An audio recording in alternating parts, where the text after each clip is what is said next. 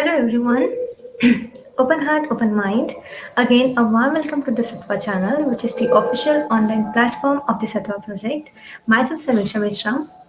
I'm Samiksha Kamble, and we both are from Sattva Youth, bringing Dharma to you and preaching Dharma with youth. Sattva Youth is an online youth program which is initiated by the Sattva project. Back to you, Samiksha. To begin the session, firstly, on behalf of the Sattva project, I would like to express my thanks to our StreamYard sponsor and media partners, Durian Asian and Durian FM. Besides, I wanted to thank one more important individual who manages all the technical issues in the background and make sure that this session goes smoothly without any technical error. And that person is our broadcast director, Brother Chong. So, may I request Brother Chong to come on the screen and say hello to our audience, please? Hi, everyone. Hope you find our session discussion today very useful. And please do like and share so that more people can benefit from our session. And for those of you who are watching later in YouTube, please do like and subscribe as well. And now back to you, ladies. Thank you, Thank you, Brother Brother. Chong. Now let's proceed to our main discussion session with a brief outline. Today we are going to have a very interesting and meaningful Dhamma session, which is a part of our Saddharma and Saddhama series. So today we will be discussing the topic, what is Samadhi? Uh, okay, so now let me introduce to you our moderator, today's coordinator of the program, Dr. Christie Chang. So Dr. Christie Chang is the advisor, event director, and dialogue coordinator of the Sattva project. She is the joint president of International Buddhist Confederation. She is also the president of Sakyaditha Taiwan. She was the chair of steering committee for International Lay Buddhist Forum from 2014 to 2019. She was the president of Sakyaditha International Association of Buddhist Women from 2009 to 2013. She was also the president at Hawaii's East West Center Taipei chapter from 2015 to 2017. She was also the director of Council on International Educational Exchange CIEE Taipei from 2001 to 2020. She has obtained her PhD in linguistics from the University of Hawaii's at Monau. A warm welcome to you, Dr. Christie. Thank you. Thank you, my dear two wonderful sisters who are based at IBC International Buddhist College in Thailand. Just now you were hearing the chanting from their background because I was just told that at International Buddhist College they do chanting, right? Every day Yeah, in different yeah. traditions, which is really beautiful. Three And traditions. wonderful, wonderful. Mm-mm. And here, at the this dialogue, we also wanna have our dialogue among the different traditions. So thank you for your introduction, and yeah, back to you, please. Yeah. Our first guest of the session is Venerable Bhikkhu Gyanabodhi. Venerable Bhikkhu Gyanabodhi has ordained as Shamanera novice monk in 1994. He has obtained monastic training at Bangladesh Bhikkhu Training Center, Bangladesh.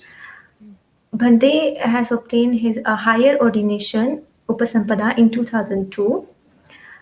He has obtained his BA degree in religious studies from International Buddhist College, Thailand, and MA degree in Buddhist studies from University of Hong Kong, and he has obtained his PhD degree in Buddhist study from Mahidol University, Thailand. Bhante is currently a lecturer of Pali literature and Theravada Buddhism at the International Buddhist College, Thailand. Bhante, a warm welcome in the session.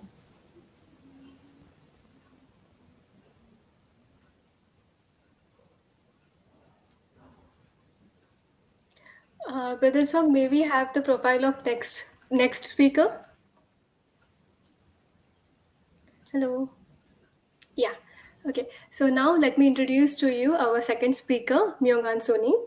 So Myong Sunim is a Zen monk from Kwan School of Zen. He is also the advisor of the Sattva project.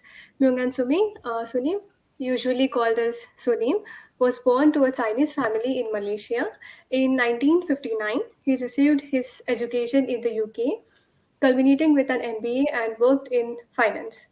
Myong Sunim began his meditation practice in 1992 after meeting his teacher, Zen Master Seung Shan in Hong Kong. He was ordained as a monk in 1997 and spent the next 16 years in Korea during intensive meditation retreats. He received Inca, the authorization to teach Kong Ans and lead retreats from two Zen masters in 2015. Sunim has over 30,000 hours of meditation experience, and if we count which we had in our Sattva project, so we can increase this number. He teaches mindfulness and Zen in Penang and internationally. His teaching approach combines the wisdom of the ancient teachers with the science of meditation to arrive at ways of practice that are well suited to our contemporary lifestyle. So, let us all welcome Myongan Senim to this session. Hello, everyone. Nice to see you all tonight. Thank you for joining us. Our next speaker is Brother Bem Mitruev. So let me give a short introduction of Bem Mitruev. Brother Bem Mitruev is a translator from the Tibetan language. From 1995 to 2005, Bem studied at the Central Institute of Higher Tibetan Studies in Varanasi, India, where he studied Tibetan history, poetry, Buddhist philosophy, Tibetan language, Sanskrit, and Hindi. Brother Bem has received the degree of Acharya, Master of Buddhist Philosophy. He has currently works as a translator for the Buddhist teachers who come to Russia to teach. So let us all welcome Brother Bem Mitruev in the session. So now we have got all the guests, and now I would like to invite Dr. Christie Chang to lead this session ahead. Thank you again, sisters, and good evening, our dear panelists, speakers, and good evening, everyone, for checking in to our Sattva dialogue, or maybe I should say good afternoon or even good morning, depending on where you log in. So we do have audiences from different parts of the world, and I'm very happy, very honored to have this opportunity to be moderating this panel. So our topic today is on Samadhi. Okay, so Samadhi, first of all, Samadhi. What do we mean by Samadhi? We start with the definition. And maybe we have our three speakers representing the different traditions. We have Bande representing the Pali or Theravada tradition. We have the Sunim here representing the Mahayana, the Korean song tradition. Sun, yeah? Do you say sun or song? Sun. Son. Sun. Yeah. Zen in Japanese, which we're more familiar with, but sun in Korean, or actually we say Chan in Chinese, Mahayana Chinese. And we have Ben representing the Tibetan tradition, also Mahayana. So I would like to maybe start with Bande, to talk to us about what do we mean by Samadhi? Okay. From your perspective. Thank you. Thank you, Dr. Christie. And it is nice to be joining this panel on Samadhi after the discussion of Sila that we had earlier. Mm-hmm. So in the Pali tradition, of course, when you talk about Samadhi, it comes after Sila and before Prajna, right? So there are these three trainings of Sila, Samadhi, and Prajna. And if you look at the term, the root is dha. So in the definition, we find that it normally means putting things together. So in this case, it refers to placing or putting your mind together, composition of a mind on a particular object, right?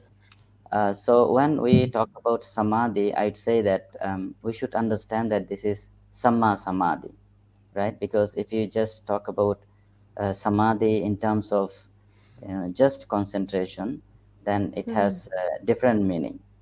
So it should come together with the word Samma, I'd rather, I think, when you are talking about a definition of the term samadhi, I'd like to point out this definition provided by this very famous commentator from the Pali tradition, Acharya Buddhaghosa, when he was composing his text Visuddhimagga, a very popular text.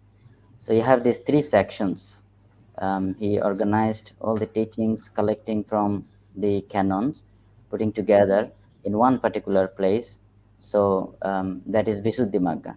And he provided particularly this definition, that it is concentration in the sense of concentrating, that is samadhana. And what is this concentrating? It is the centering of consciousness and consciousness concomitants evenly and rightly on a single object. Placing is what is meant. So it is the state in virtue of which consciousness and its concomitants remain evenly and rightly on a single object, undistracted and unscattered. That should be understood as concentrating. So that is the definition provided by Acharya Buddhaghosa in the Visuddhimagga. But for the first time, we come across this word in the list of this Noble Eightfold Path, right? When we see in the canonical text that the first discourse, as it is traditionally understood, especially in the Pali tradition, is the Dhammacakkappavattana Sutta. So it is in that sutta the Buddha provides this Noble Eightfold Path as a middle path, and in that the last factor, the eighth factor, is Samma Samadhi. But then when you divide it in terms of Sila, Samadhi, and Prajna, we have there are three factors coming together to form Samadhi. So I think that is all I have to say for now. Mm-hmm. Thank you. Thank you, Bande. Thank you for reminding us. We have stepped from the discussion of sila now to samadhi. So that is the general context of our dialogue. So thank you. And the key word that I heard from Bande is concentration, and the emphasis on samadhi, right? From the Pali perspective. So now we move on to our Sunim. So please help us understand samadhi from your tradition. Well, first I'd like to thank Bante for a very clear explanation of the Buddhist text about what it is for samadhi. I'm afraid I'm not a scholar, so I cannot explain from that detail. However, from a practicing perspective, samadhi, as Bante said, is concentration.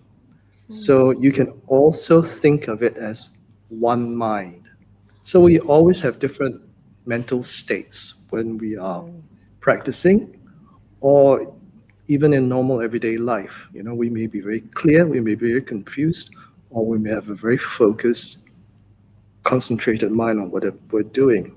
So samadhi is, we say, one mind, where you're focused on a certain object of meditation, whether it is your breath, a mantra, whatever object of meditation that you have. And when you enter into this state of one mind, then there is just that object of meditation. So for example, in Japanese Zen tradition, they like to practice with this mu kongan. And they will just mentally, silently, just recite mu. And they keep repeating it. Mu means no, nothing. It comes from a famous kongan.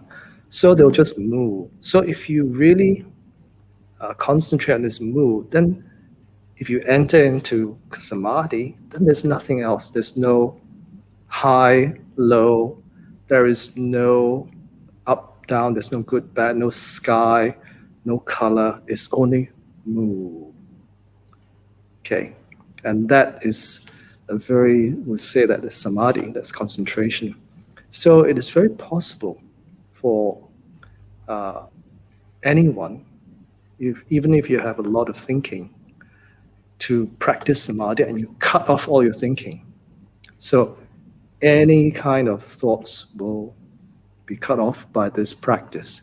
And then you enter into this concentration, this samadhi, or whatever that you practice. Then that's all there is, samadhi, and that's it. So nothing will actually can disturb you. Even somebody comes up and brings a stick and hits you, you only move. So, not distracted in any way. Not distracted in any way, just only one mind, that thing. So that's a very kind of simple explanation of samadhi. Okay. All right. Thank you, Sunim, for adding that practice perspective. Yes, like Sunim was saying, there can be different things that you focus on. Bande also mentioned like the breath, right? So Sunim said the mu, the nothingness, or like in the Chinese Mahayana tradition that I personally practice in, we do the Amitabha, Amitabha, similar to that mu thing, I would say. Right. Yeah. Right. Yeah. Thank you, Sunim, for adding that. So now we move on to Bam. Would you like to, share your perspective? Thank you very much. And I would like to thank all of you and previous two speakers for such deep explanations. And yes, I would like to say that last time when we met, we talked about Shila. And this is continuation. It's very natural continuation of that talk, yes. Because when you practice Shila, you take control of your behavior, of your, so to say, actions of mind, body, and speech. But that's not enough, obviously, in order to attain your goals, especially if you aspire to become an arahant or to become a Buddha, whatever your aim is, you need something else. And this is why we come to dhyana. This is why we come to samadhi. And as rightfully Bandi said, samadhi comes from this this word, this verb dhat, to collect, to get everything together, to concentrate on the object you would like your mind to observe or to meditate.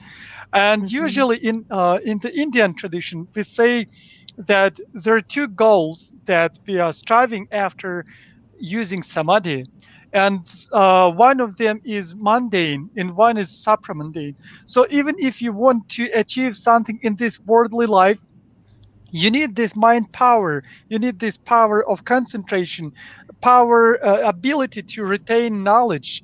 And that's why not only in Buddhist tradition but also in other spiritual traditions, people use concentration, people use meditation in order to be able to focus, to be able to retain the knowledge and be successful in their actions. And of course, in Buddhism, we talk about prajna, we talk about wisdom. And in order to obtain this deep wisdom, you need a weapon, you need an instrument. And such kind of instrument is samadhi. If you want to get into the nature of the reality, into the nature of the phenomena of the things, you need a sharp weapon to pierce the the cover of ignorance. Yeah, thank you, Bam. Yes, samadhi is a very important step before you truly see the reality, right? You obtain that prajna. So from this context, yes. So we also answered already. Actually, there was a question about are there different types of samadhi? But now I think yes, the answer will be yes. But I would like to ask our panelists. We talked about the different types of samadhi, right? But once you are in that samadhi state, when you do the different types of practice, is that the same samadhi state? For example, even now there's this very popular mindfulness practice, not within the Buddhist context. It's just, secular, right? They try not to touch upon anything related to religion. So can someone practicing just mindfulness be entering the same state of samadhi that we are talking about here? Um, may I just ask for anyone to just chip in, if you have thoughts already? Yes, Bam, please. Well, it's an interesting question. It's quite interesting because in the modern world, as far as you know, there are a lot of this kind of spiritual movement, or should I say spiritual, kind of this movement towards Hmm. the awareness.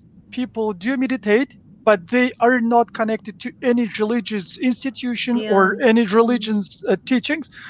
But you see, basically, first of all, we need to recognize that this kind of concentration practices come from Buddhism or Yes. Hinduism, and it's difficult to deny because Yeah. usually it's like that. I'm not sure is it so in their case, in their explanations, but that's how I see it.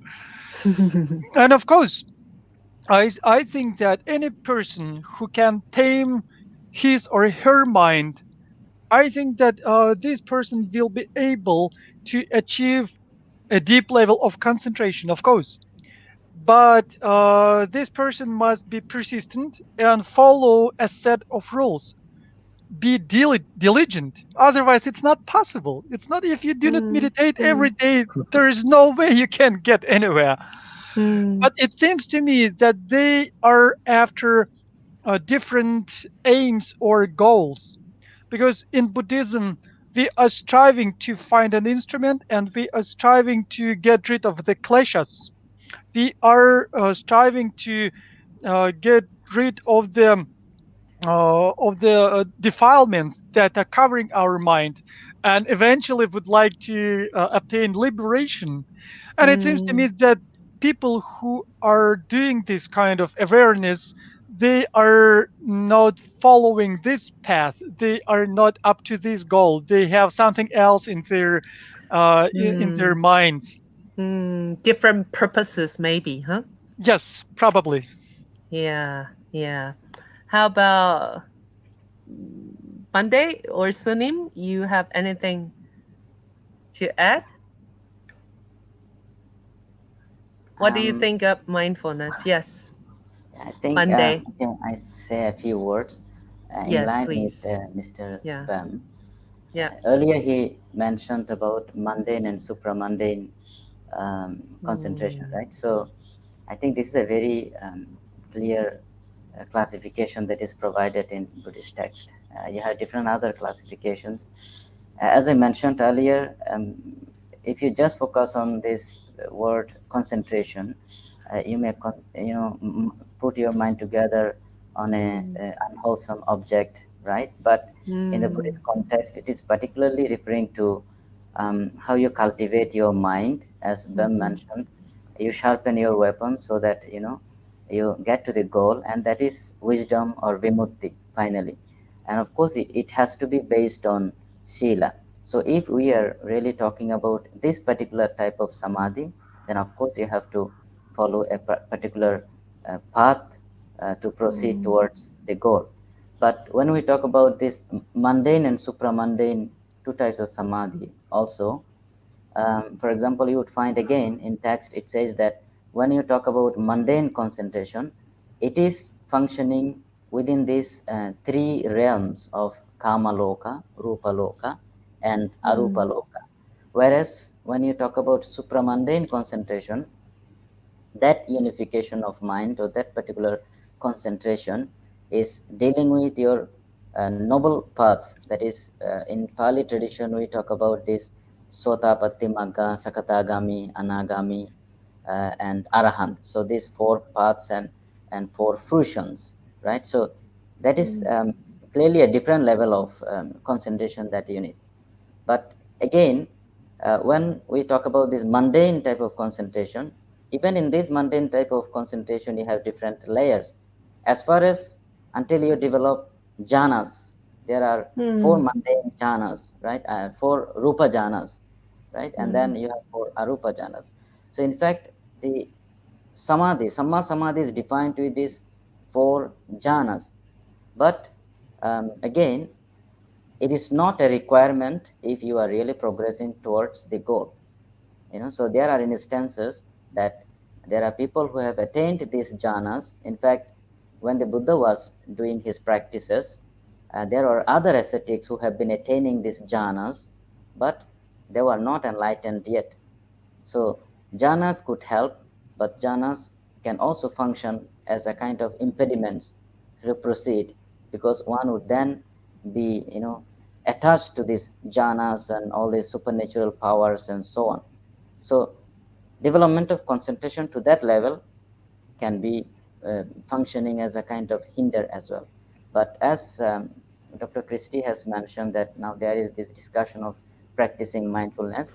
If the goal is different, I think that is not really associated with this Buddhist practices, because the goal in Buddhism is different.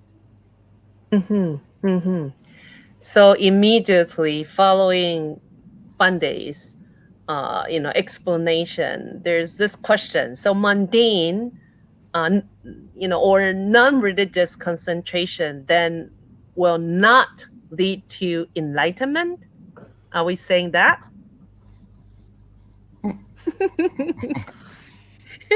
I think we need to say something about that. That's quite important. Okay. And I would like to understand everybody that we are not trying to we are not trying to say that this kind of meditation is not good. No, of course, it's very beneficial. It helps you to have quality life. It helps you to function in this world. It helps you in many things, and especially it helps you to reduce the quality of the conceptual thoughts in your mind, and it's quite great. It's quite good. But you see, when we talk about meditation, about samadhi in Buddhism, usually we talk about two things. One is shamatha, one is vipassana. It's like two, as they say in the scriptures, it's like two wings of a bird. If you would like to cross the ocean of samsara and get to the other shore, to the city of Buddhahood or to the city of liberation, you need two wings. And first is concentration. And of course, it is needed, but it's not complete. It's not the only cause. And you also need vipassana. And as we were talking about the jnana, that's what you need for. Because without this vipassana, without deep understanding of the nature of the reality, probably it seems to me, as far as I know the scriptures, as far as I know the explanations from those scriptures, it is impossible to get there without the vipassana. And if you only practice concentration, it seems to me that this aspect of the Buddhist practice is lacking. So how it is supposed to be the crucial cause for the attainment of Buddhahood or the liberation if the second cause is lacking? Is it possible? It's my sincere question from myself. I'm wondering. It seems to me that the answer is it's not plausible. Yeah, underneath the question, there's always an answer. Okay. Sunim, would you like to say something to what we were discussing just now, please? Okay. Well, is mundane or mundane and non-religious concentration won't lead to enlightenment? What is enlightenment? Now that's a very good question. It's a 13-letter word. I mean, what is it? Does anybody actually know? So if you look at the Heart Sutra, which is the shortest sutra in the Mahayana tradition, it's also the most condensed, most concise. And the Buddha says many negatives. It's not this, not that, not. But he never actually says what is enlightenment. Okay. So that's a very strange thing to do, because if he's the Buddha and he's already attained the great enlightenment, why can't he tell us just in one sentence? All right, not one sentence, maybe one paragraph. Okay, why not? Then all of us could get it, right? You don't have to read 84,000 sutras to try and figure out what it is. But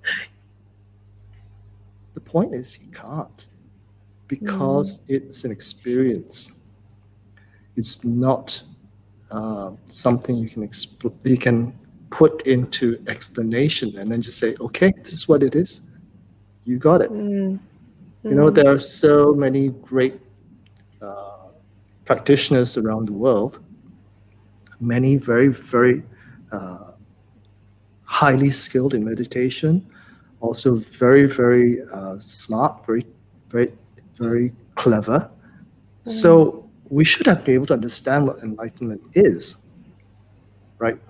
2,600 years later, but we still haven't figured it out. We're still talking about it. So what it is? So it boils down to that it is something that is beyond speech and words. It's beyond intellectual understanding. It's an experience. It's experiential. That's why we practice. That's why we have to practice.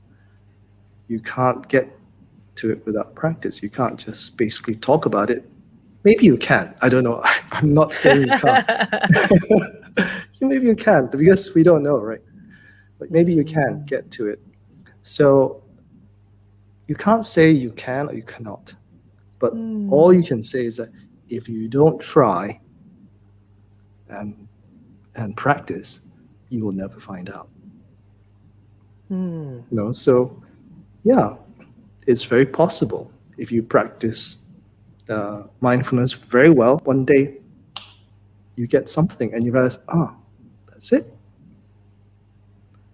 And maybe if you practice samatha and vipassana very well, then one day, boom, that's it. So it is all very possible. So I think there's some old poem that says, the great way has no gate. That's a Zen poem. Great way has no gate. I think in Mandarin it's like Da Do Wu Men, something like that. I don't speak Mandarin. So what it means is that anybody can enter from any direction. Doesn't matter what tradition you're from. Doesn't even matter if you what religion you're from. You don't have to be Buddhist to get enlightenment. Sorry, guys. But actually, that's very great news, because I think anyone can attain this great enlightenment, okay, if you put the effort into practice. So whether it's secular or religious, actually, that is just a distinction that we make. The point is in the practice. So, yeah, why not? But the important thing is to practice. The important thing is to practice. Yeah, as long as you practice, then enlightenment is accessible to anyone, religious or non-religious, right? So Sunim would be pointing to the possibility of just simply practicing mindfulness can lead to the same samadhi state, the same enlightenment. Whereas Ben and Bande seem to have, different ways of looking at it. And I would like to point out something. Actually, there have been discussions about how the practice of mindfulness without, say, sila, without ethics, can lead to really dangerous situation. So I wonder what Sunim would say to that. And then I would like to come back to Bande and Bam. Yeah. Oh, you want me to? Well, I Yeah. think you have to have an ethical framework for sure Okay. for practice, and I think that all good mindfulness and meditation teachers will have that implicit in their teaching, a sense of altruism, kind-heartedness, empathy, and compassion, because you can't really kind of separate out Okay. the practice of mindfulness and make it just like a module. That's what I think anyway. Or it doesn't really work well if it doesn't really work well if you do that. You do have to have this whole holistic approach to it. And also, actually, if you do practice mindfulness well, properly, then you actually begin to get this, you really connect with everything around you. You're aware, you're mindful. Then that also helps you to become more aware of what you do. You're mindful, basically. You're mindful of what your thoughts are, what your actions are. And if you're a regular human being with a conscience, you will realize what actions you're taking are ethical and what are not. And then after a while, you begin to experience the cause and effect of non-ethical actions and ethical actions. So, yeah. So I think, that's all I have to say. Okay. All right. So in a way that, sila will just kicking naturally if one is, completely mindful or aware. Well, hopefully. Right. How about Bande or Bam? Would you like to? May Yes, I chip Bam. in? And I would like to say that this is beautiful, beautiful position, all including holistic position. You practice only mindful and everything is in. Nothing to be achieved, nothing to be strived for, nothing to be developed. That's beautiful. I love it. But you see, for simple sentient beings, for very, very uh, simple uh, sentient beings, human beings, Buddha taught eightfold noble path, and this is the reason why he taught for simple persons, because people like me probably are not able to comprehend, to understand the uniqueness or uh, the completeness of everything only in the mindfulness. That's why Buddha said that if you want to achieve Buddhahood, you need to follow, you need to practice right understanding, right thought, right speech, right action, right livelihood, right effort, and right mindfulness. You see, so mindfulness, of course, it's very important. But people who didn't have this kind of deep understanding must practice everything else, and my right mindfulness and right concentration. That's how I see it. And from this point of view, seems to me, for poor persons like me, mindfulness is great but not enough. And I would like to say one more thing. uh, Actually, that's how tradition says. In the Indian tradition, in the Sanskrit tradition, the shortest sutra of wisdom is the single letter, what they call in Sanskrit usually ekakshara. Ekakshara means one letter. I'm not sure is it existent in Sanskrit now, but the tradition says it was translated from Sanskrit. It's ekakshari, one letter, Prajnaparamita Sutra, and this is the shortest one. And actually, it's complete in one sentence. Ananda and Buddha talk, and then Buddha says to Ananda, do receive for the sake of the welfare or happiness of all sentient beings this perfection of wisdom in one letter, the letter A. This is almost complete sutra, and the main message is A. Ah, This is denial of everything, okay. of the true existence and of etc. So yes, from this kind of point, yes, everything is complete in the mindfulness. But if you look into the scriptures and study the Buddhist word, it's a little bit difficult to hold this position, though it's beautiful. Okay, beautiful, but not really possible for everyone. Okay, how about Monday? I think what Bam also has said is very beautifully said everything with regard to this point, and what Sunim has said, especially with regard to mindfulness. I think it is also very nicely spoken. My understanding is that when we talk about this samadhi, as I mentioned earlier, particularly we talk about samma samadhi, because we find in Mm, other texts, Buddha is distinguishing between samma ditti and miccha ditti, samma sankappa, miccha sankappa. In the same way, samma samadhi, miccha samadhi, right? So there can be wrong concentration, wrong mindfulness, wrong view, wrong intention, you know.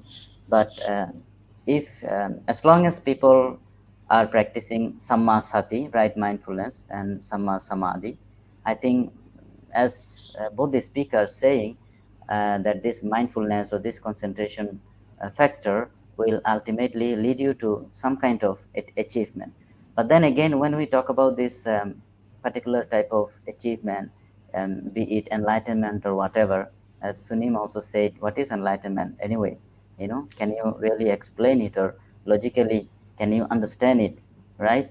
So I think there is some kind of, I don't know, maybe a kind of fascination with this word, or a kind of confusion also with this word enlightenment. I'm not sure, primarily those people who are generally practicing mindfulness, is enlightenment their goal or not? That is one point. The other thing is mm, that what is enlightenment anyway, and mm, who is going to attain enlightenment if there is no being at all? So there is no point talking about somebody attaining enlightenment, right? So all these things will mm, come in position to be discussed. But as long mm, as I said, if it is right mindfulness or right concentration, I think somehow it will probably contribute to the progress of one's spiritual journey. But I think at this point the discussion should be, when we talk about right mindfulness or right concentration or concentration alone, how do you develop them? you know how do you mm, get this concentration? It is not, you are not suddenly getting into this point. You are not suddenly becoming concentrated on any particular object. So I think that should be a matter of discussion. Now, of course, there are different ways explained in the text to develop these different types of concentration. Yeah. hmm, hmm. Yeah, I find myself debating with myself already. Actually, I pretty much agree with the beautiful position Sunim was standing. Yet on the other hand, I heard Bam and Bunde, and also the discussion. People have been talking about how the practice of mindfulness in the West actually has been abused, by some corporate bosses to take advantage of their employees. Yeah. Like, oh, you practice mindfulness so that you can be more efficient making money for the corporation, for example. Or mindfulness has been used in the military to train soldiers to do mindful killing. On the other hand, I'm thinking, why is that happening? Maybe because the corporate owners and those on top of the military, they're not practicing mindfulness themselves, like Sunim was saying earlier, right? Because they are not really experiencing the practice. If they also do practice mindfulness, maybe they won't be forcing their workers or, the military, the soldiers to do killing anymore. I don't know. I'm debating, but audiences, please, if you are with us, please also try to ask questions. We'll be happy to have our panelists to help answer your question. And before I see more questions, I do have one here I would like to pose, and then maybe our three speakers can help us, especially Sunim and Ben, because here's the question. Like, in the Zen or Sun tradition, we talked about the don't know mind, right? And in the Tibetan, the Vajrayana tradition, Tilopa, the famous practitioner Tilopa said, don't recall, don't imagine, don't attach, don't think, don't control, and just rest.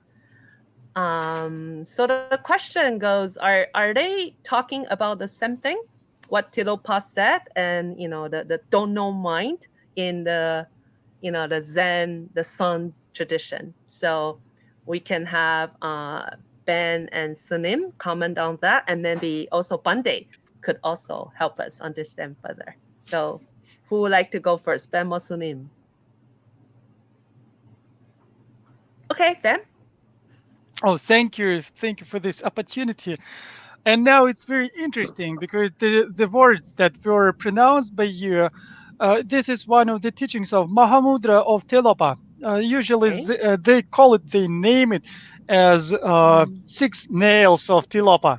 And this is Mahamudra meditation. Yeah. It's meditation of a special kind. It's also meditation, of course, but it's of special kind when you do not think about the past, you do not think about the future, what will happen, you do not think about what's happening now. It doesn't mean that you are just mindless. No, you're not just following the Okay. what happens in front of your eyes, and you are not trying to analyze. You do not try to contrive or change something. You just watch your own mind. You just leave it as it is in its natural state. And that's where they start to say that you see the nature of the mind. This is Mahamudra. This is how you practice in Vajrayana, not in all the teachings of Vajrayana, but in this Mahamudra. And this is the state that is free of conceptual mind. Okay. It's free of the divisions or thinking this is good, this bad, this is this, this that. You see the reality of your mind, and it seems that at least partially it is very similar to the Chan or to the Zen. This kind of questioning. Yes, it seems to be at least in some to some degree very similar, and I think that it's quite natural because both of the teachings, Chan or Dhyana, and also Mahamudra, comes from India. It would be natural to have some similarity. It sounds to me like just no judgment, not to judge, and that is very similar to the Pali, the Theravada, way of doing meditation too. But we'll come to Bande later. But Sunim, would you like to comment on this question first? Actually, Ben gave very good explanation already. So I just want to illustrate with an example. Yes, please. Can you see this? This is a teacup. Okay. Inside has some water. Okay. So English call it water. In Chinese, we call it sui. Korean, we call mu. French, we call it lo. And in Malay, we call it air. Okay. So it's the same thing, H2O. Scientists call it H2O. Yes. But, we have different names and different name for the same form. So this is the world of name and form. Okay. So yeah, we have don't know mind, we have Mahamudra, we have all these different descriptions because we come from different cultures and we speak different languages. But what is the essential experience of it? So what is the essential experience of this water or sui or mur? So I guess Zen practice is very, more simple. It's very experiential. Like I said, you just go, that's it. So everybody gets the same experience. It's beyond speech and words. So it's the experience of your own nature of your mind. You call it different things in different traditions, perhaps even different religions. But the important thing is actually to experience it. Then you go, okay, then you call it Mahamudra, that's fine. You call it don't know mind, that's also fine. You call it groundlessness, that's also fine, or spaciousness, because you already experienced that's what it is. So calling it different things is not a problem. So I think that's what I try to get at. That the important thing is to experience it. Then names and forms are things that we use as tools to explain in one context or maybe a different context. But that just helps the understanding. But the key is the experience.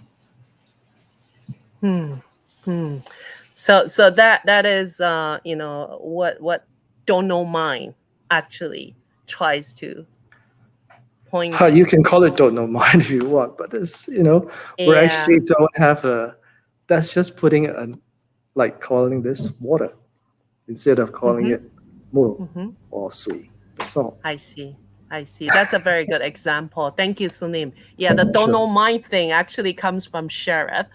So I have to. Yeah. I mean, All right. Thank you. And Bande, you have any thoughts to add? I'm not very familiar with this expression, don't know mind. What is it referring to?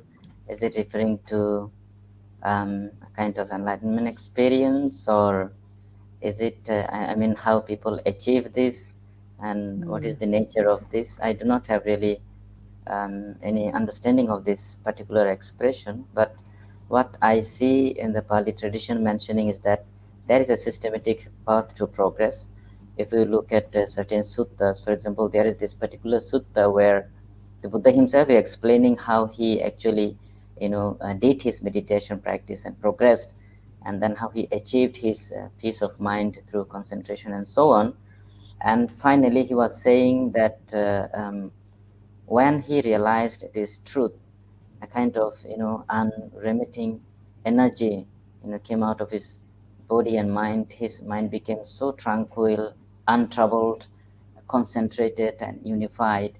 And then we find that for 45 years he has been carrying out his duty as a Buddha. He has been teaching. So what I understand is that if I'm understanding it correctly, if one has this achievement of pure mind without so much of disturbances and different types of perceptions and so on, one would be so energetic, full of energy, doing everything without being even tired. And that is what we see in the case of the Buddha, or maybe in the case of some of the meditation monks that we find in different countries. So I think he would not be just sitting and doing nothing. He would have the most effective mind. That is my understanding. Yes, exactly. Yeah, you are not just sitting there, but you are actually trying to maintain that state of mind in and carrying out everything that you do in daily life, right? Yeah, that's a very good reminder. Thank you, Bande. Yeah, I was hoping that we can have some questions from the audience, but our audience seems rather quiet. Maybe they're very busy absorbing whatever our speakers are sharing here. So I would like to have our speakers asking each other questions since we are practicing in different traditions, right, Bam? I would like just to say a couple of words. It's not a question. Okay. All right. But but the example, the analogy that was brought up by the Venerable Sunim is quite famous in Buddhist circles, and I just have to continue it a bit. In some Madhyamaka texts, it is said that when different beings come to the same river, for example, Preta and Deva and Manushya, so like gods and hungry spirits and a person, a human person, and an animals come to the same river, it is usually said, I do not know, do I need to agree with this? But they say that these sentient beings see different things. For example, human beings see water, and the pretas, they see only blood and pus. The animals, they see the dwelling, like fish, for example, they see the dwelling, and the gods, the deities, they see the nectar, and so different beings of different worlds, they see different things. I think there must be such an example in some of the Pali suttas. I would like to ask some help from the Oh. Bande Venerable because I'm not sure. And this example is used to say that there is no so to say reality to one thing, so it could be in different perceptions, could be different to it just came to my mind. I wanted to Interesting. develop the broad example. It's not a question actually, just sharing my remembrance. Yeah. Thank you. That's very interesting. So, but then there was a request for Bande to perhaps Yeah. share from the Pali text. Yeah.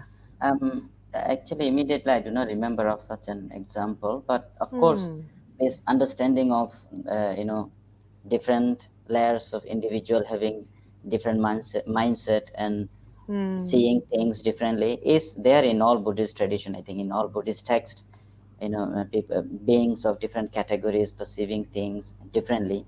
Even if you talk about human beings, with when beings are affected by greed or hatred or delusion, Yeah. different types of negative psychological aspect, they perceive things differently. And once they are free from those negative psychological aspects, they see things more clearly. In fact, that is the purpose of all these Buddhist practices, Yes. to make Yeah. oneself completely free from all kinds of negative emotions, negative psychological aspects, so that one is full of all these positive qualities, and even beyond, going beyond them, where there is no distinction between what is good and bad, because you transcend everything, right? So that is a different understanding. And then when you look at these different stages of saints, Sotapatti, Sakatagami, Anagami, Arahant, as I mentioned, they have different understanding of the truth. We say that, for example, in the Pali tradition, even the Sotapatti, they experience a certain, they have a certain, how do you say, experience of truth, but that is not as much as the next, group of sages that experience. Finally, going up to arahanthood. Once you become an arahant, you are completely free from all kinds of kileshas and defilements and everything. Then you do not have to worry about your wandering in the samsara. So that is the idea, I think, present in the Pali tradition as well. So I'm sure Sunim has something to say, right? Sunim? Actually, I don't. I think No? I don't really, because I think we can all see it from different perspectives, and to each individual, the perspective is the one that is, how would I say, more valid for them. So it's not a question of trying to try to put forward my own perspective, because everybody practices in their own way. Everybody absorbs the teachings in their own way. So as long as you have a good teacher and you believe in your teacher, then I think it's a pretty good bet that you will get guided the correct way into um, being a better human being that is helping others on this planet and not. And like the Dalai Lama says, try to help others. And if you can't help others, at least do not harm them, do not hurt them. So he's very clear and very.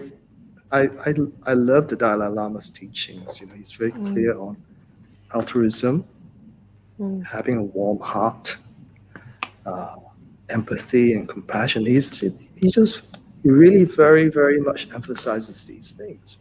And we are basically, humans are hardwired social beings hardwired for social connections.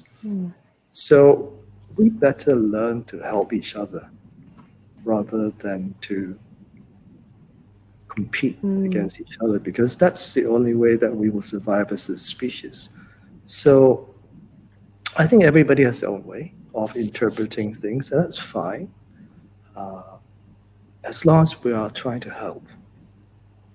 And I think that's, all I have to say. Yeah. Sunim did mention, if one believes his or her own teacher. So you do need a good teacher to practice meditation, right? Sure. Well, not We just all- meditation. Human beings need teachers all the time. Right. All right. Thank you. The importance of teachers. Yes. All right. Yes. Now we have one question from the audience. Is it true that after attaining Samadhi, all the questions in the universe will be answered? That's an interesting question for our panelists here. Who would like to have a try first? Ben, please. No, this one is a tricky one. This is really tricky one. Okay. Because if you answer, it's the best to have first-hand knowledge. If you've been there, you can say, oh yeah, it answers all the questions. Or no, you can say, no, not all of the questions are available. But for me, for example, I never obtained Samadhi. So I cannot, Okay. I cannot tell this from the first-hand knowledge. But Okay. of course, there is another way. For example, if you never been to a place, but you can ask people and have some knowledge about the place you would like to go, even if you never been there yourself. And if you read sutras and shastras and commentaries of the Buddhist scholars, it seems to me, as far as I understand, I've told before that Samadhi is very good.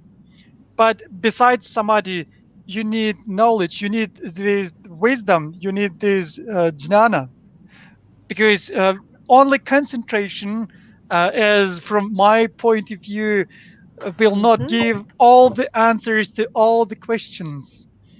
And Samadhi seems to me like Samadhi, of course, gives some answers, but there must be something else. For example, in texts they say the way Buddhas and Arahants remember their past lives, and they say that the way they remember them are different. Buddha remembers immediately the past life he needs to remember, and those of the lesser development, they have to like search. Uh, so they say in the scriptures, they have to search the lives, like remembering them. Like I don't remember exactly the number, but say for example like 20 after 20 until they come to the needed previous life. So you see, it seems to me that just samadhi is not gonna answer all the questions, but that's just a hearsay. I'm saying just what I'm thinking. I've never been to the city of Samadhi. Yeah. Good. I think I like what you were saying. How about Bande and Sunim? You have anything to add to BAMS? I'd say that Yes. if we talk about is all the questions in the universe be answered, my question is, I mean, Mm-hmm. who will answer the questions for whom? Is it if it is connected to just one's own practice? If he has all these questions, if hello, yeah, I think there was a network problem. Okay, Mm-hmm. so Yes. if one is having all kinds of questions oneself, and after attaining enlightenment, he would have all these answers, I guess. That is why he attained the Answering. enlightenment, and then probably he doesn't have any urge to know anything else, right? But then the question is, will he be sufficient to answer other people's questions? I'm not sure if he would be interested in answering all the questions Mm-hmm. of different Mm. people. So that is Yeah. completely a different matter. Yeah. Actually, I would like to point out one thing connected to Sunim's explanation with regard to Mm-hmm. Sunim has mentioned about His Holiness the Dalai Lama, and also how we should care and live together. And also, Sunim was mentioning about importance of teachers, and different people may have Yes. different types of practices and so on. As long as we are all moving together, well, it is good. So that was, I think, his point. In this regard, I'd like to bring to our discussion this, discussion of different types of meditation practices prescribed to different groups of people, because not everyone is Mm. of same type. So therefore, people need teachers, and teachers would be able to guide them to their right directions, because not everyone needs the same kind of teaching. You see, for example, when we talk about concentration and then how you should develop concentration so that you can progress in your spiritual journey, then I think if we look at the Pali scripture, we find there is basically two classification. One is some meditation subjects given for general. They are generally useful for the practice, and there are some special meditation subjects, specifically given for a particular type of practitioners. When we talk about, for example, we know of these practices of metta bhavana, loving Mm-hmm. kindness meditation, or even Mm-hmm. asubha bhavana, or Mm. fullness of the body and unattractiveness of the body, and so on.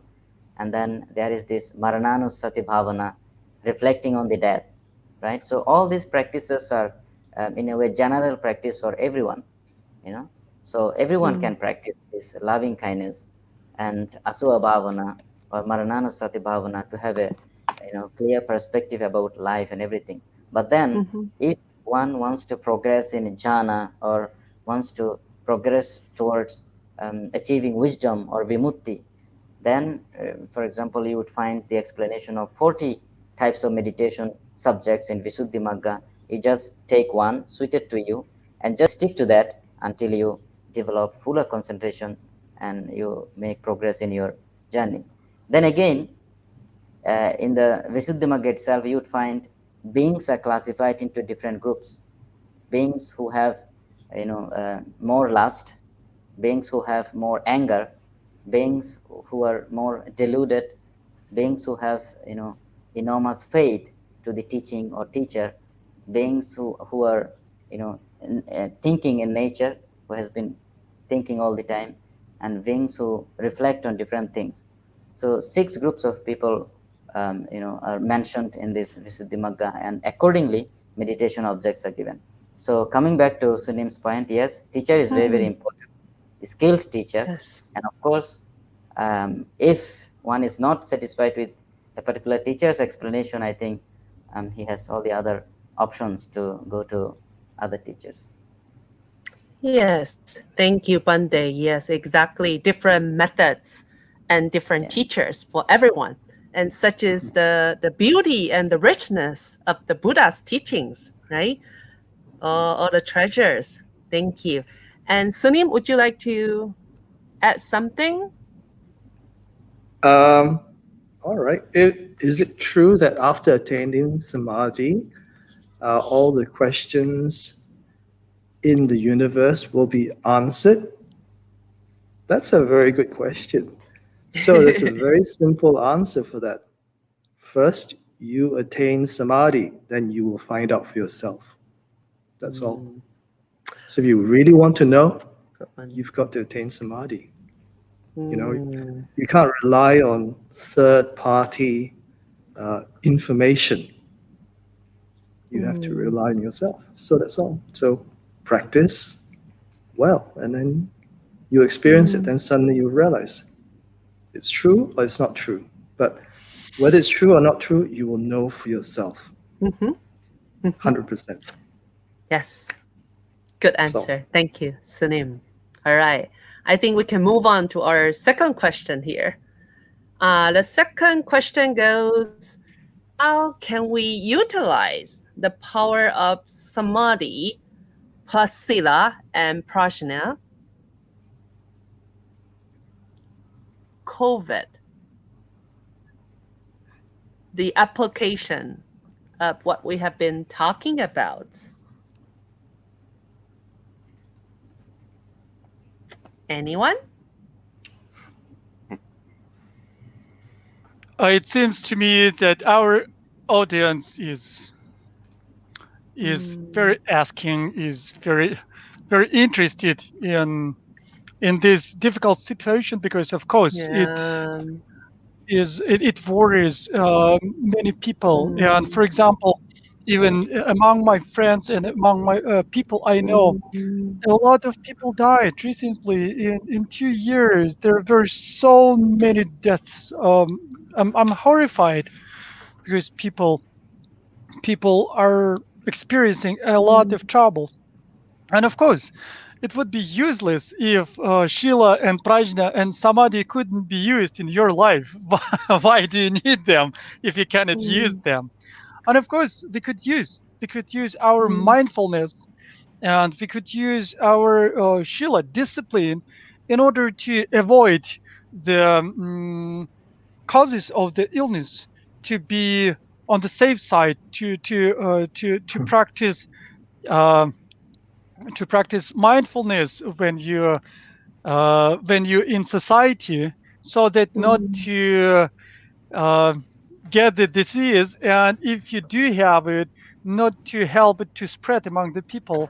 And of course, what Venerable Sunim was talking about, altruism and love and compassion is also have very much power in this regard, because following the concern about the well-being of people, you should practice your mindfulness in the society. For example, like using the means to stop or neutralize the spread of the COVID, like wearing a protective mask, or using vaccine, and etc.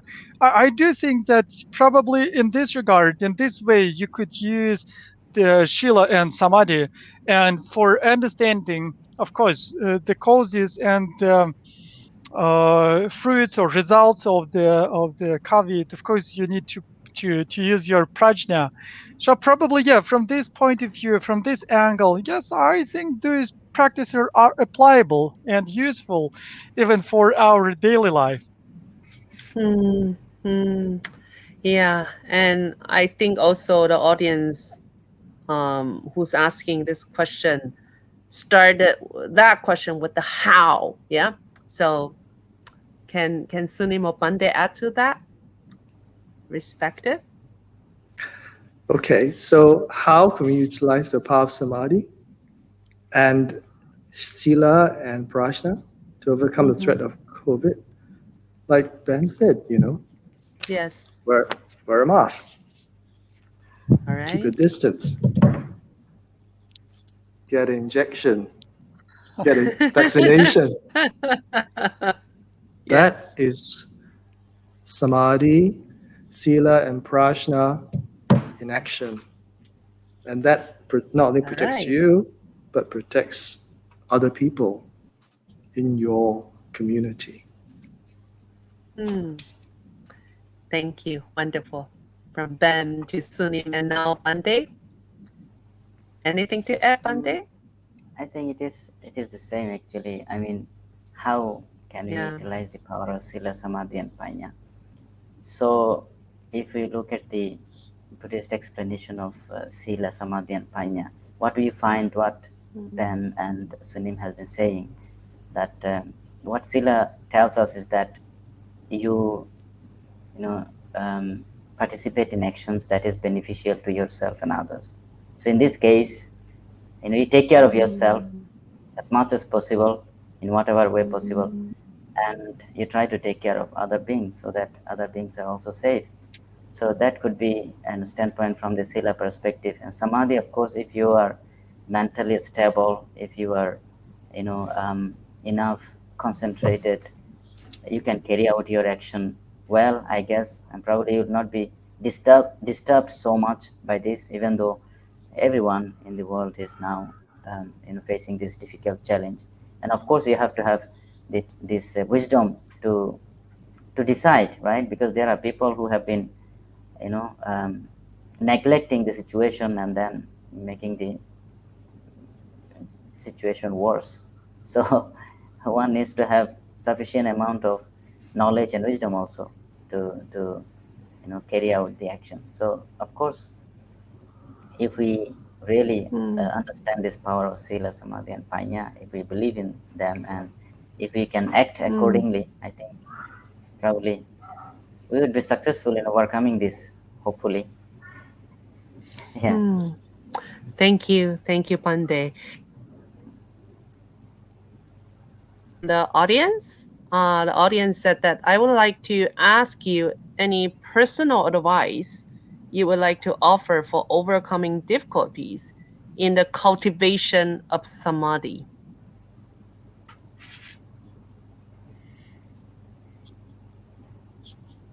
Anyone? Bam? The audience today gives very, very deep, very profound, and quite hard questions today. I didn't know what happened, but it's You entered hard samadhi question. and answer that. It's like one hard question after another Yeah. hard question. There are many remedies. There are many things that you could do in order to help yourself to obtain samadhi. And for example, there is a text by Kamala Shila that is called Bhavana Krama. So the stages of getting to the bhavana, to the meditation, have you practiced meditation, what you need to do, what you need to abstain from, and etc. And it mentions many things like 5 folds of the meditation and what you need to do with them and what antidotes you need to use, like faith and aspiration, effort and pliance, and etc. And there is also explanation of 9 stages of mental abiding, like setting the mind in the first place, continuous setting and resetting of your mind, and etc., until you obtain the shamatha. And there is some very easy advices also. And I would like to say just one thing. It's very easy, but for me, it was very much helpful. While practicing meditation, be gentle with yourself. You need to strive, you need to be diligent, but you need to finish your sessions of meditation while you still feel this urge, you still feel this wish to meditate. Because some people, while trying to meditate, they try to be hard on themselves. They force themselves to meditate for long periods of time. And it seems to me it doesn't give much quality. For example, if you meditate for 5 minutes, before you are over exhausted or force yourself to meditate, it's better to stop, make a pause, or make a break, or continue on the next session, for example, tomorrow. It must be with some kind of inner joy. The practice of dharma must give you some satisfaction, and this also will give you a result. That's my subjective understanding and point of view. Very good reminders. Thank you for sharing that, Bam. Yes, exactly. Like patience with oneself, right? You need to be patient, kind to yourself too, and also joyful efforts, right? from Bante and Sunim, please? Who would like to go I first? think Pam makes a very good point about being gentle with yourself and not, if you push very hard and you're very tough on yourself, sometimes we can be, is no longer joyful. You don't look forward to meditation or practice anymore. And that's very natural reaction of our mind. So we are human. And in practice, I think don't expect practice not to have any difficulties. Okay, I'm sure anybody who's tried practicing for some time will encounter difficulties. And that's just natural fact of life. But how do you face these difficulties? Okay, if you allow yourself to accept the fact that, yeah, sometimes it's going to be tough, but I will continue practicing and have this sense of gentleness and kindness with myself. I'm not, not kind of like push until like military army style, like push, then break. But keep coming back. You're always going to have difficulties in practice. But within those difficulties lie the seed to some opening. Okay, some insight. So actually, difficulties are not a big problem. It's just how we respond to difficulties.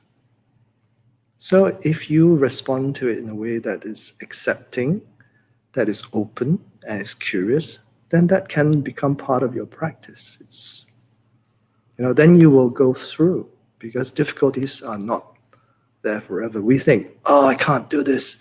It's always going to be impossible. That's not true. That's, Buddha taught impermanence. Everything changes. So even difficulties will disappear. So if you realize that, then you won't be so bothered by difficulties, hopefully.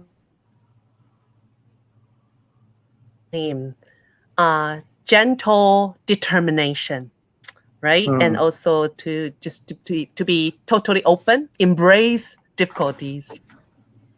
Thank you. Yeah. And Bande, please, your advice.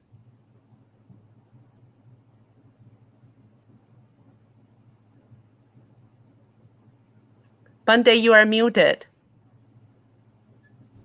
Sorry.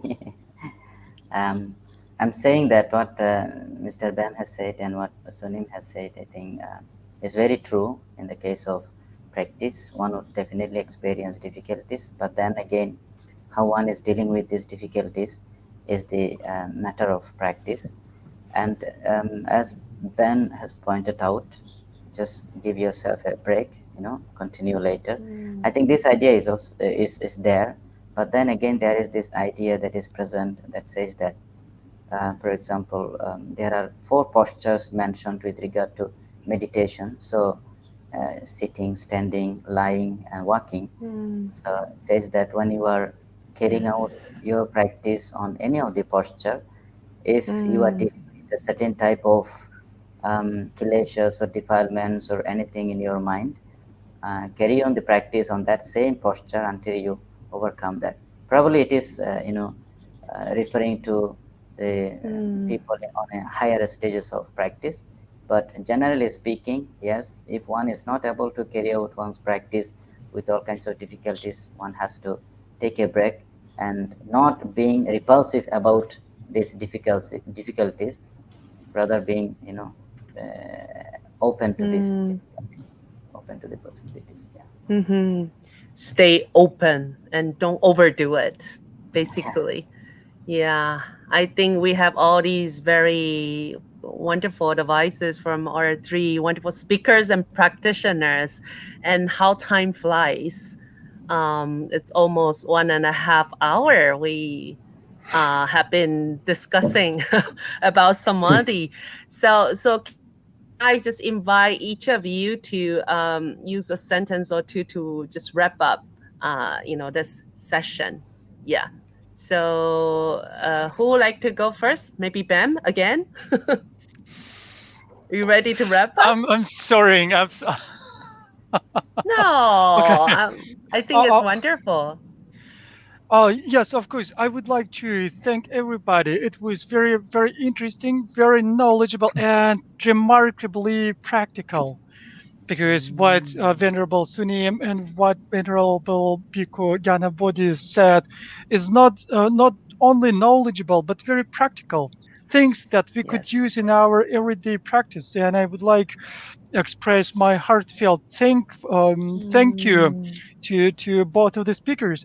And Dr. Christie Chang, thank you for your beautiful resumes. It seems that you have very rich teaching experience like a pedagogue, because you put so nicely like finishing lines to what all of us said before. Thank you very much. It seems to me that it was very interesting, and I hope it was helpful for our audience, for the people who are interested in the Samadhi. Thank you very much. Thank you. I'm a good student, ma'am. All right. So, Sunim or Bande? I think Bande? Sunim should say Ready first. to Sunim. Okay, Sunim, Uh, please. okay. So thank you all very much, my co-panelists and also our moderator. And thank you all for watching, those who are joining us tonight. I don't really have any, big words to say, except let's just try to be kind and compassionate, have empathy towards each other and help each other. That's, I think if we can all do that, it would be already a better world. Just being kind and helpful to each other. So thank you. Thank you very much for all your wisdom, my two co-panelists, and also Dr. Chong. Very, very, very good. Thank you. Thank you, Sunim. After you, Bande. Yeah, thank you everyone, those who are involved in this Sattva project. And I think it was a very wonderful session with Mr. Bam and Venerable Sunim. And of course, I see Dr. Christie has been doing wonderful job in all different sessions, engaging in discussions and providing, useful summaries and everything. And personally, I have really enjoyed this session on the discussion of Samadhi, bringing out all different points. And I hope that as long as we have this kind of discussions on different important topics, not just in this kind of platform, but anywhere, I think that would benefit ourselves wherever we are. So that is something that I feel, because I personally have been benefited by this, and I hope that people would enjoy this, discussions. Thanks to everyone. Thank you, Bande. Yeah, and thank you, all our audience for staying with us. Now we would like to invite our two sisters, our two MCs back to join us, please. I must say that we have had such an interesting discussion tonight. All of you have given such a very comprehensive answers to the questions as well. So thanks to everyone. So now we have come to an end of the session. So now I would like to conclude the session by thanking all of you for your precious time for the discussion and your knowledge with such a lucid explanation. Thank you all of you. Along with, I would like to thank Dr. Christie Chang for moderating such a smoothly this session. And besides, a very big thank to our audience for asking such a thoughtful question tonight. So now we will recite 4 great vows in English. Thereafter, I would like to invite our guests to recite some dedication prayer from their own respective tradition. So, Samiksha. Yeah, okay. The 4 great vows. Sentient beings are numberless. We vow to seek their fall. Delusions are endless, we vow to cut through them all. The teachings are infinite, we vow to learn them all. The Buddha's way is inconceivable, we vow to attain it. May all beings be well, happy, and safe. Now, I would like to invite Venerable Gyanabodhi. Okay. Bhavatu sabba mangalang rakhantu sabba devata sabba buddhanubhavena sada sutte bhavantu te. Bhavatu sabba mangalang rakhantu sabba devata sabba dhammanubhavena sada sutte bhavantu te. Bhavatu sabba mangalang rakhantu sabba devata sabba sanghanubhavena sada sutte bhavantu te. Sunim, Venerable Sunim. Sadhu, sadhu, sadhu. I actually usually recite the four great vows. So you've really done it for me. So thank you. We're all beings be well and happy. Okay, then Brother Beb. Thank you. Jamba Baba Jitara Gambada, Kunto Zambode Yandajande, the Takunga Jazadalogy, Gabadi, Tajaratungu, the Java Gabat and Jagia, Mobagana Chodongabadi, the Gave Sabati Kunga, Zabajaratungu, Chanjo Sanjaran Boja, Magavana Kegoji, Kabanya Mebaya, Gone Gondo Pawai. Thank you. Thank you. Then at last, our sweet moderator, Dr. Christie Chang.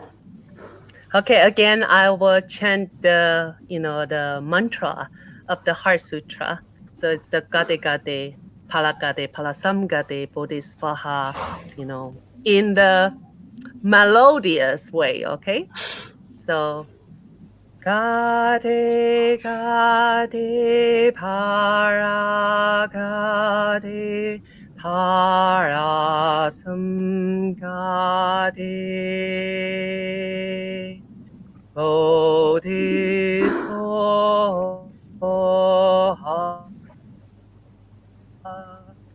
Gade Gade Paragade Parasamgade Bodhisoha. May all beings be happy. May all beings be free from suffering. Thank you. Once again, Thank thanks you. to Thank you. thanks to Thank you, everyone, everyone. and Thank thanks you. to our audience as well. See you next time. Thank you. See Bye bye. Thank you.